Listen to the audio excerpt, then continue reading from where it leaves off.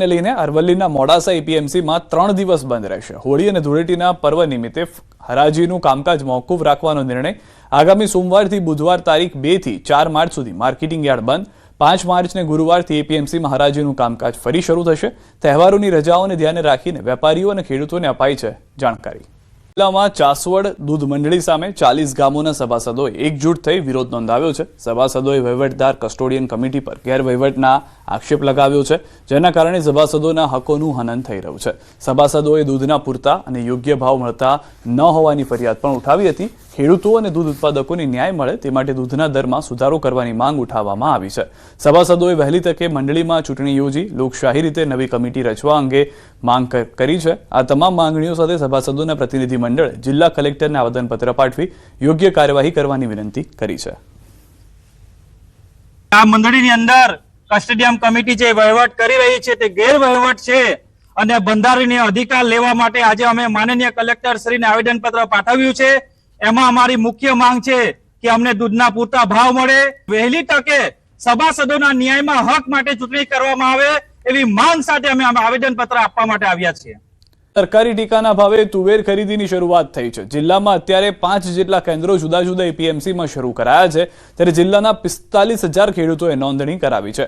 ખેડૂતો ટેકાના ભાવમાં તુવેરનું વેચાણ કરવા આવી રહ્યા છે। બજાર ભાવ 1300 થી 1500 છે, ત્યારે સરકારી ટેકાનો ભાવ 1600 હોવાથી ખેડૂતોને સારો એવો ફાયદો થઈ રહ્યો છે। આત્મનિર્ભર ખરીદી હોવાથી કોઈ પણ ખેડૂત પોતાની તુવેર ટેકાના ભાવે વેચી શકે છે। કોઈ લિમિટ ન હોવાને કારણે ખેડૂતો ખુશખુશાલ થયા, જેથી ખેડૂતોની જણસી પૂરેપૂરી લેવામાં આવે। બેમાં છે અહીંયા ખરીદી થાય છે ને ગામડે આપણે 1400 થી 1500 નો ભાવ આવે છે, અહીંયા આપણે 1600 રૂપિયાનો ભાવ આવે છે। 100 રૂપિયાનો ફાયદો થાય છે ને ખેડૂતને 100 રૂપિયાનો ફાયદો છે મને ને પૈસા પણ અઠવાડિયામાં આવી જાય છે ને લિમિટ પણ નથી કે ભાઈ 5 વીઘા સુધી કે 10 વીઘા સુધી, મોટા ખેડૂતને પણ પૂરતો ફાયદો મળે છે। તુવેર લઈને આવ્યો છું આત્મનિર્ભરમાં, ખરીદી બહુ વ્યવસ્થિત ચાલે છે અને અહીંયા બજાર કરતા 100 રૂપિયા ઉપર વધારે ભાવ મળે છે। 1600 રૂપિયા ભાવ છે, બજારમાં 1450 થી 1500 રૂપિયા લેખે તુવેરનું વેચાણ ચાલુ છે। અત્યારે તુવેરની ખરીદી ચાલુ થઈ છે। એમાં આપણા જિલ્લામાં જૂનાગઢમાં 45,600 જેવા ખેડૂતોની નોંધણી થયેલી હતી। આજની તારીખથી શરૂ કરી છે। એમાં 5 તાલુકામાં 8 જેવા centre state level nodal agency જે છે ઇન્ડિયા એગ્રોને કામ સોંપ્યું છે રાજ્ય સરકારે, તેમના દ્વારા શરૂ કરવામાં આવ્યું છે।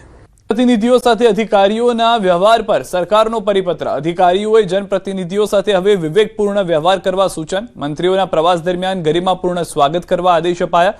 કાર્યક્રમના આયોજન વખતે પ્રભારી મંત્રી સાથે સંકલન સાધવા સૂચન। આમંત્રણ પત્રિકામાં જનપ્રતિનિધિઓના નામનો ઉલ્લેખ ફરજિયાત કરવા સૂચન। અધિકારીઓએ મુલાકાતીઓને રાહ જોડાવ્યા વિના તુરંત જ સાંભળવા તાકીદ। પ્રોટોકોલના નિયમોનો ભંગ કરનાર અધિકારીઓ સામે પગલાં લેવામાં આવશે। ગીત વંદે માતરમના ગાન અને સન્માન માટે સત્તાવાર નવી માર્ગદર્શિકા જાહેર। ગુજરાત માહિતી ખાતાએ પ્રસિદ્ધ કરી છે અખબારી યાદી। રાષ્ટ્રગીત વગાડવામાં આવે કે ગવાય ત્યારે શ્રોતાઓએ સાવધ સ્થિતિમાં ઉભા રહેવું। રાષ્ટ્રગીત અને રાષ્ટ્રગાન બંને વગાડવાના હોય ત્યારે રાષ્ટ્રગીત પહેલા વગાડવું। શાળાઓમાં દિવસની શરૂઆત રાષ્ટ્રગીતના સામૂહિક ગાનથી કરવી। ફિલ્મના ભાગરૂપે રાષ્ટ્રગીત વાગતું હોય તો પ્રેક્ષકોએ ઊભા થવાની જરૂર નથી। નાગરિક સન્માન સમારોહ અને પરેડમાં ધ્વજ લાવતી વખતે ગીત વગાડી શકાશે। રાષ્ટ્રપતિ કે રાજ્યપાલના સત્તાવાર આગમન અને વિદાય સમયે રાષ્ટ્રગીત વગાડાશે। આકાશવાણી અને દૂરદર્શન પર રાષ્ટ્રપતિના સંબોધન પહેલા અને પછી ગીત વગાડાશે। રાષ્ટ્રગીત વગાડવાનો સત્તાવાર સમય આશરે 3 મિનિટ 10 સેકન્ડ રહેશે। બેફામ બનેલા તસ્કરોએ હદ કરી દીધી છે। સુરેન્દ્રનગરના લીંબડીના રાસકા ગામની સીમમાં ચોરીની અજીબોગરીબ ઘટના જોવા મળી, જ્યાં તસ્કરો 80 થી વધુ વીજપોલ પરથી વાયર કાપીને ચોરી કરી ફરાર થઈ ગયા। ખેતીવાડી માટે આપવામાં આવતા વીજ પુરવઠાની લાઇનમાંથી વીજ વાયરની ચોરી કરી તસ્કરો છૂમંતર થઈ ગયા। ખેતરોમાં વીજ પુરવઠો ન મળતા વીજ વાયરની ચોરી અંગે ખેડૂતોને જાણ થઈ હતી, જે બાદ ખેડૂતોએ પોલીસને જાણ કરતા પોલીસ કાફલો ઘટના સ્થળે દોડી જઈ તપાસનો ધમધમાટ શરૂ કર્યો હતો। સિંચાઈ માટે વીજ પુરવઠો ન મળતા ઉભો પાક સુકાવા લાગે તેવી શક્યતા. વીજ તંત્ર દ્વારા તાત્કાલિક વીજ પુરવઠો શરૂ કરવાની કાર્યવાહી કરવામાં આવે તેવી ખેડૂતોની માંગ છે. રાજકોટમાં પોલીસ પર હુમલાના કેસમાં 22 જેટલા લોકોને રાઉન્ડ અપ કરવામાં આવ્યા છે. પોલીસે તમામની પૂછપરછ હાથ ધરી છે. પોલીસને ગૌ હત્યાની બાતમી મળતા ઘટના સ્થળે પહોંચી હતી. સાથે બાતમીદાર પણ હતા. ત્યાં બાઇક પર પણ 6 લોકો આવ્યા અને બોલાચાલી કરી. બાદમાં ઘટના સ્થળ પર 50થી વધુના ટોળાએ આવી પોલીસ અને બાતમીદાર પર હુમલો કરતા ઈજા પહોંચી. એક પોલીસ કર્મી અને એક બાતમીદાર હાલ સારવાર હેઠળ છે. માંગરોળના હથોડા ગામે પોલીસ પર હુમલો કરવામાં આવ્યો હતો.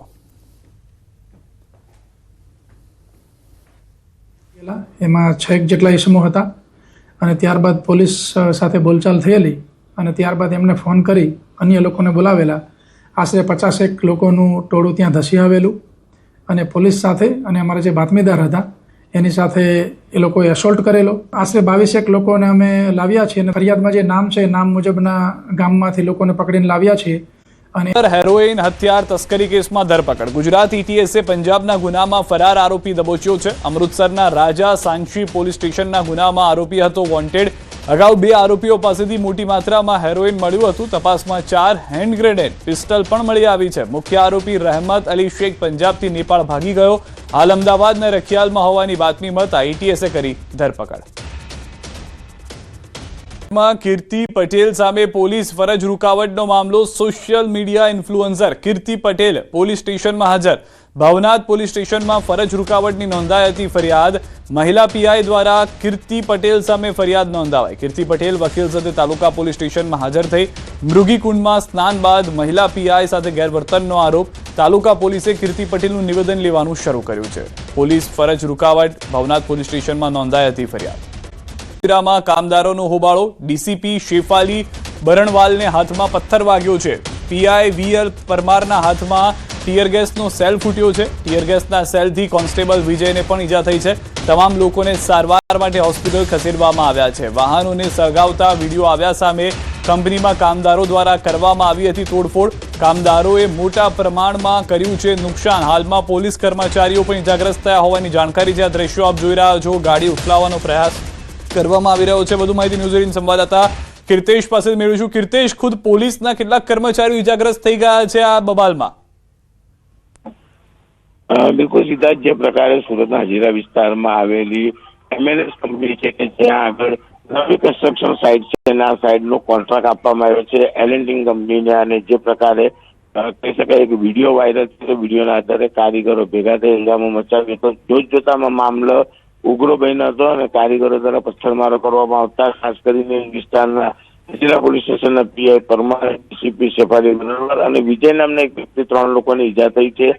ખાસ કરીને કહી શકાય કે PI પરમાર ટીયર ગેસ છોડવા જતા સેલ તેમના હાથમાં ફૂટી ગયો હતો, જેને લઈને તેઓ અને તેમની જોડેના એક પોલીસ કર્મચારી ને ઈજા થઈ હતી. બીજી બાજુ કહી શકાય કે ઉશ્કેરાયેલા ટોળાએ જે પ્રકારે કંપનીમાં તોડફોડ કરી છે, ગાડીઓમાં આગ ચંપી કરી છે, ગાડીઓની તોડી નાખવામાં આવી છે. અને આ માત્ર અધિકારીઓ કે પોલીસ અધિકારી નહીં, ફાયરની ગાડીઓ પર પણ પથ્થરમારો કરવામાં આવ્યો છે. જો કે પોલીસનો મોટો કાફલો ખડકી દેતા આ મામલો થાળે પડ્યો છે. આભાર કીર્તિ સમગ્ર માહિતી બદલ. તો હાલના દ્રશ્યો જોઈ રહ્યા છો તે પ્રમાણે જે પરિસ્થિતિ છે તે કાબૂમાં લેવાના પ્રયાસ કરવામાં આવ્યા. પોલીસના કર્મચારીઓ તેમાં ઈજાગ્રસ્ત થયા.